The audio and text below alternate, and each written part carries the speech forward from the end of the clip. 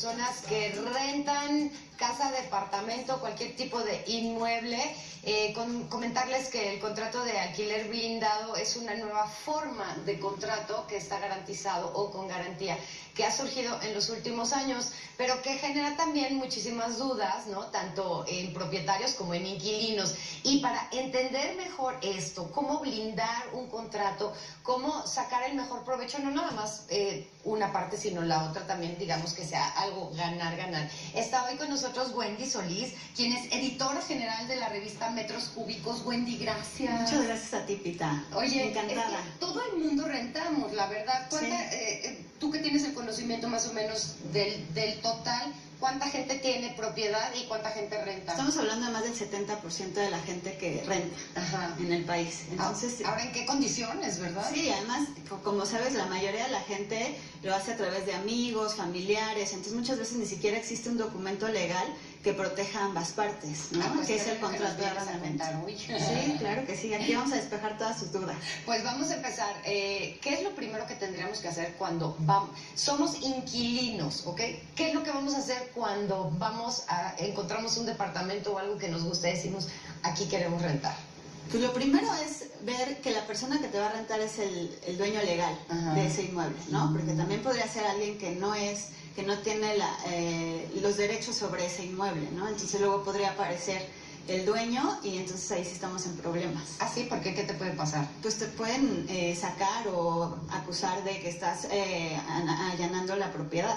Pero entonces, tú dices, no es cierto, mire, yo tengo un contrato con esta persona. Pero si él no es el dueño legal, a menos que tenga un poder del dueño legal, ¿no? Entonces es muy importante el contrato, pero un contrato más allá del machote de papelería que por muchos años se ha usado, ¿no?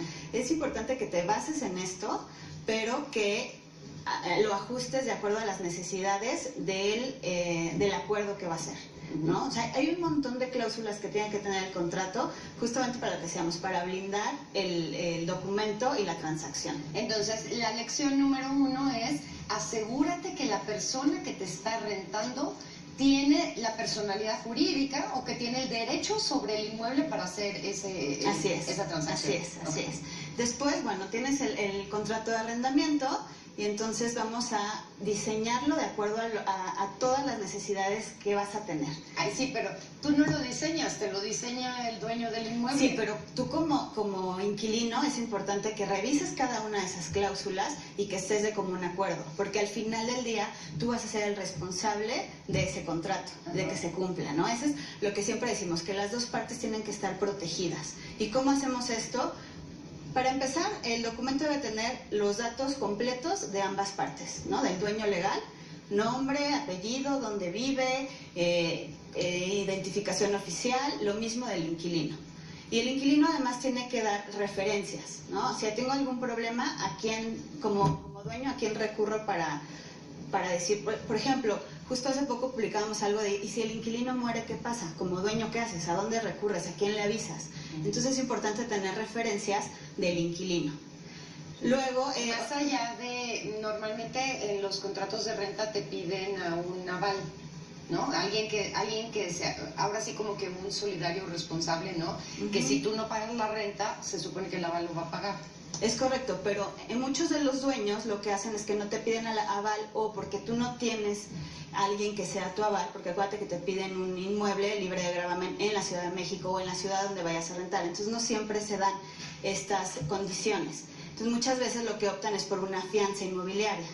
Entonces cuando es una fianza es a través de una empresa que ejerce la fianza, entonces ahí no tienes una referencia del inquilino. Entonces lo importante es que pidas 2 o 3 referencias de familiares o amigos, incluso dónde vive el inquilino, ¿no? Es importante que también lo pongas dentro del contrato de arrendamiento.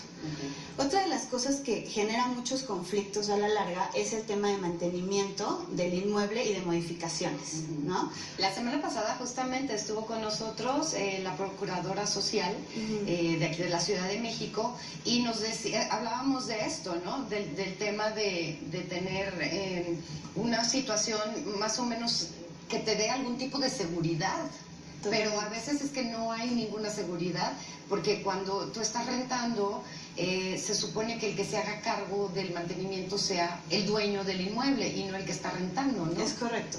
Y depende también qué tipo de mantenimiento. O sea, si son reparaciones por el uso cotidiano o a causa del uso que como inquilino le diste, sí deben de ir a cargo del inquilino. Pero si son reparaciones mayores, por la edad del inmueble, entonces sí corresponden al propietario. Digamos, se te fundió el enchufe de la luz, pues lo pagas tú, pero si se rompió la tubería, le toca al dueño del lugar, ¿no? Es correcto. O si por algún descuido rompiste alguna azulejo o el mueble del baño, bueno, como inquilino tienes que afrontar o sea, si fue por un accidente, lo tienes que afrontar. Si es un tema de mantenimiento, es del dueño.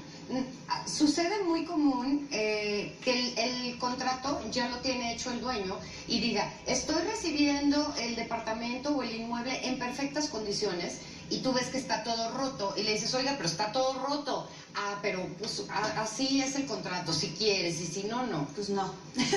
Afortunadamente tenemos muchas propiedades en renta en todo el país, entonces es importante que la gente no se deje intimidar con ese tipo de cosas y que se hagan las modificaciones pertinentes. O sea, con documento en mano, revisen el inmueble, el mobiliario que hay, ¿no? Que haya todo el mobiliario del baño, de la cocina, en qué condiciones está, en las alacenas, los closets, que no estén rotos, que no haya humedades, etcétera, etcétera. Todo tiene que estar documentado e incluso sugerimos que esté con fotografías. Eso está bueno. Ahora todos podemos tener fotografías.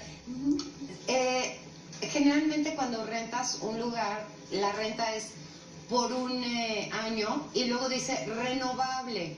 ¿Esto renovable te puedes ir a 1000 años? Depende mucho.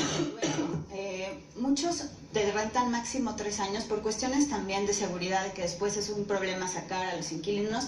Eso ya dependerá de la relación y de cómo se vean ambas partes, ¿no?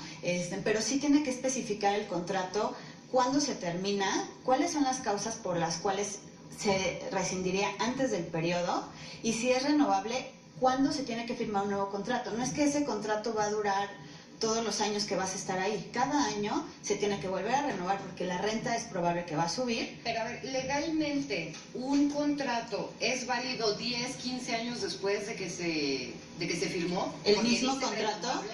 ¿El mismo contrato? No, es importante renovarlo porque además las condiciones cambian. La renta que está estipulada ahí no es la misma que vas a pagar 5 años después. Cada año la renta sube, el alquiler. Entonces tienes que volver a renovar todas esas. A lo mejor antes vivían tus 3 hijos y la pareja.